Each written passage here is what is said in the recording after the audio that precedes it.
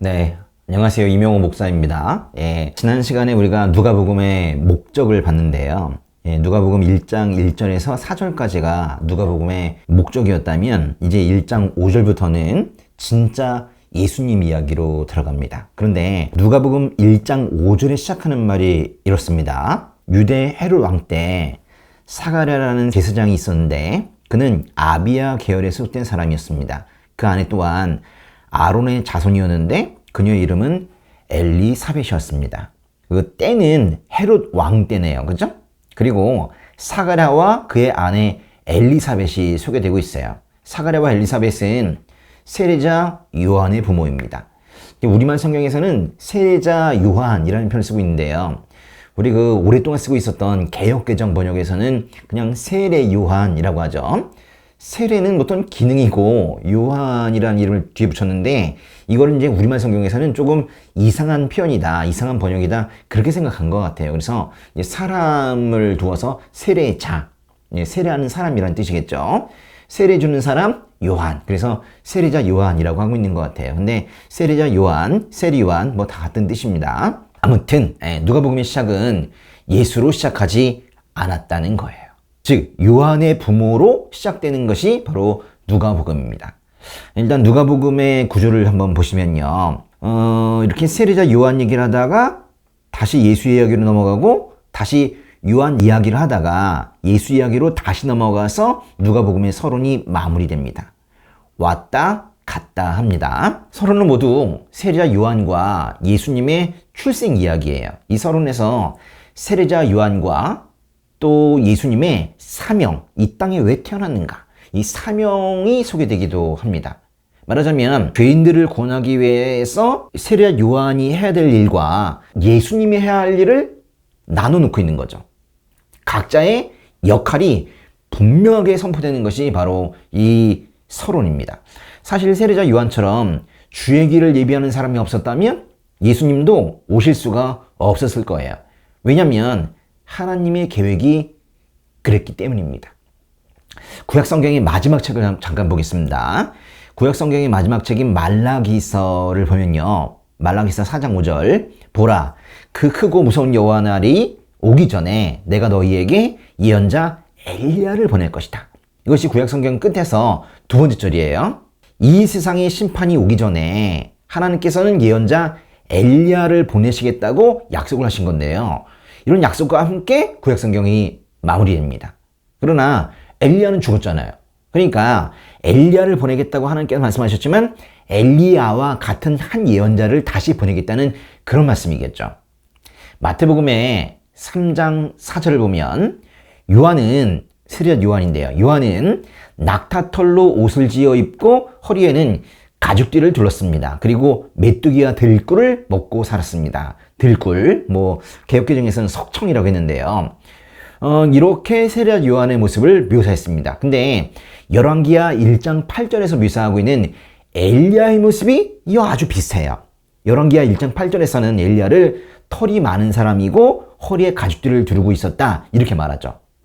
그런데 이런 외모보다 더 중요한 것은 구약성경의 마지막 장의 마지막 절을 성취한 인물이 세례자 요한이었다는 사실이 더 중요한 거예요. 말라기서 4장 6절, 정말 마지막 절인데요. 한번 읽어보세요. 그가 부모의 마음을 자식에게 돌리고 자식의 마음을 부모에게 돌릴 것이다. 돌이키지 않으면 내가 가서 저주로 이 땅을 칠 것이다. 이게 구약성경의 마지막 절인데요. 하나님께서 보내실 그 사람은 부모의 마음을 자식에게 돌릴 사람이래요. 그런데 누가복음에서 세례자 요한을 어떻게 설명하고 있는지 보세요. 누가복음 1장 17절입니다.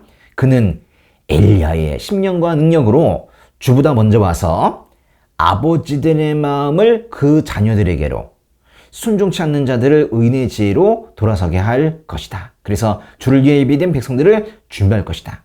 세례자 요한은 우선 엘리야의 심령과 능력을 가진 사람이래요. 우리가 굳이 엘리야와 세례자 요한의 공통점을 찾으려고 하지 않아도 이렇게 성경이 말해주고 있는 거예요. 하나님께서 보내시겠다고 약속하신 그 엘리야가 바로 세례자 요한입니다. 세례자 요한은 주보다 먼저 와서, 그래요, 주보다 먼저 와서 세례자 요한이 예수님보다 먼저 왔죠. 먼저 태어났습니다. 예수님보다 6개월 먼저 태어났어요. 사실 세례자 요한의 어머니 엘리사벳과 예수님의 어머니 마리아는 친척지간입니다. 누가복음 1장 36절 보겠습니다. 보아라, 내 친척 엘리사벳도 그렇게 많은 나이에 아이를 가졌다. 아이를 갖지 못하는 여자라 불렸는데 임신한 지 벌써 6달째가 됐다. 맞네요. 친척이 맞네요. 엘리사벳이 6살 먼저 임신했고요. 그러니까 세례자 요한과 예수님도 사실은 친척이 되는 거예요. 누가복음 1장과 2장은 요한과 예수님을 번갈아 기록하면서 두 인물을 대조합니다. 세례자 요한은 하나님의 약속이 곧 성취될 것이라고 선포했는데 예수님이 바로 그 약속을 성취하는 분이에요.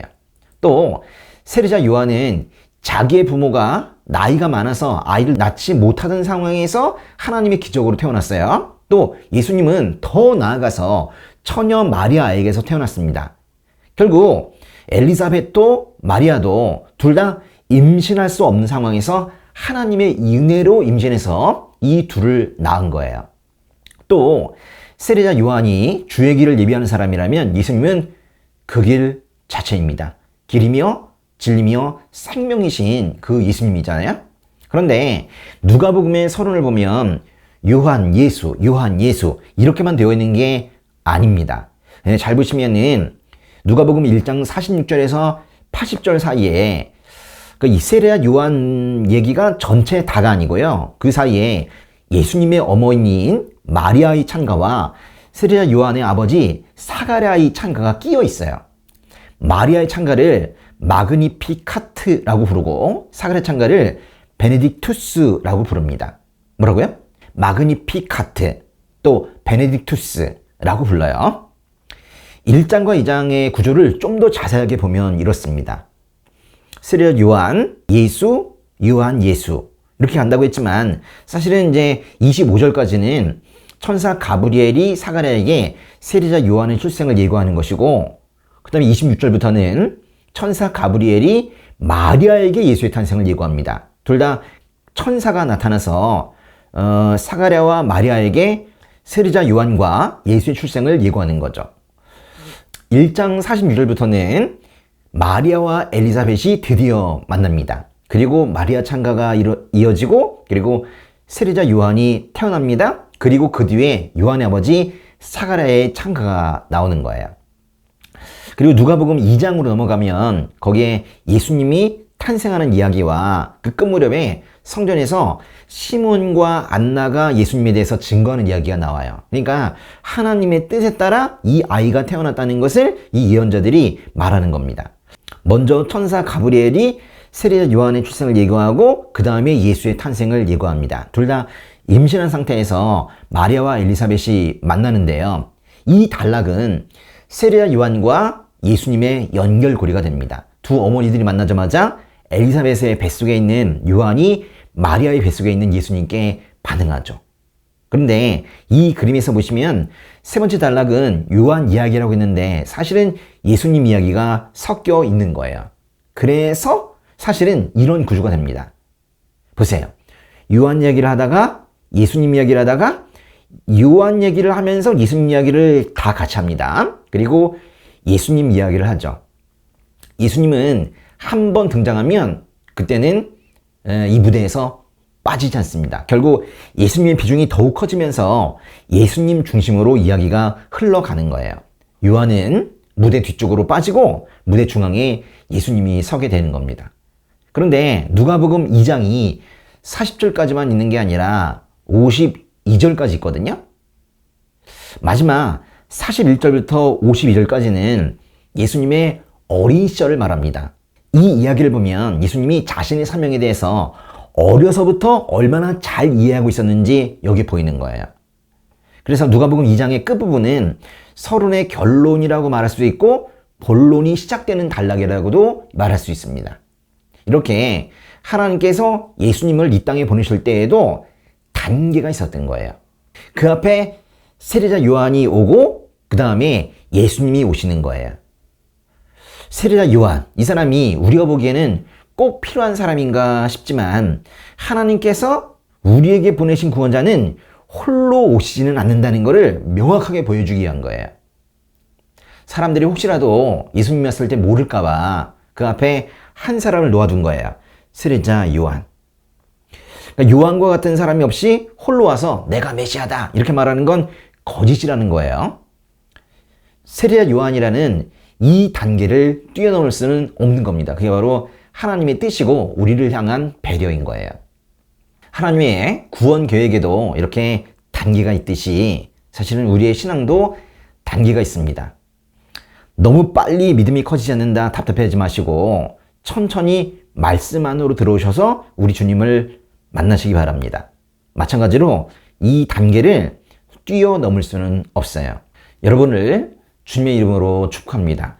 단계를 잘 밟아 가시면서 신앙이 날로 날로 성장하시기 바랍니다. 다음 영상에서 또 뵙겠습니다.